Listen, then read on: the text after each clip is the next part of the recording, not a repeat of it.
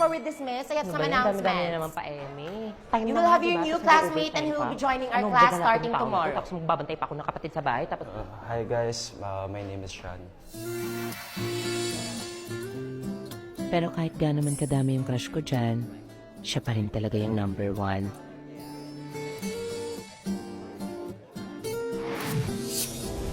Okay, class, settle down. ano to, value of wine, no? Ate X.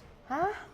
Why yung hinahanap dito eh? Ate X nga. Bakla kinopya mo din to, no? Why nakalagay sa papel? Bakla, andyan kasi yung ex mo. Tsaka wala din namang value yung mga ex.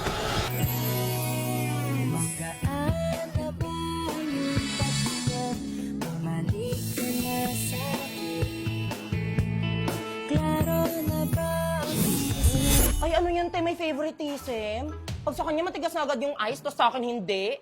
Samantalang wala naman kayo narinig sa akin nung siniplan niyo ako ng candy, ah! Eh, yung spaghetti niyo nga, puro ketchup, wala man lang hotdog. Eh, yung mango shake niyo, ang OT na nga lang ng mangga, puro magic sugar pa! Tapos yung kinakasama pa ng loob ko, yung champurado niyo, parang bahaw lang na nilagyan ng konting coco, ha? Tinipid pa sa evaporada!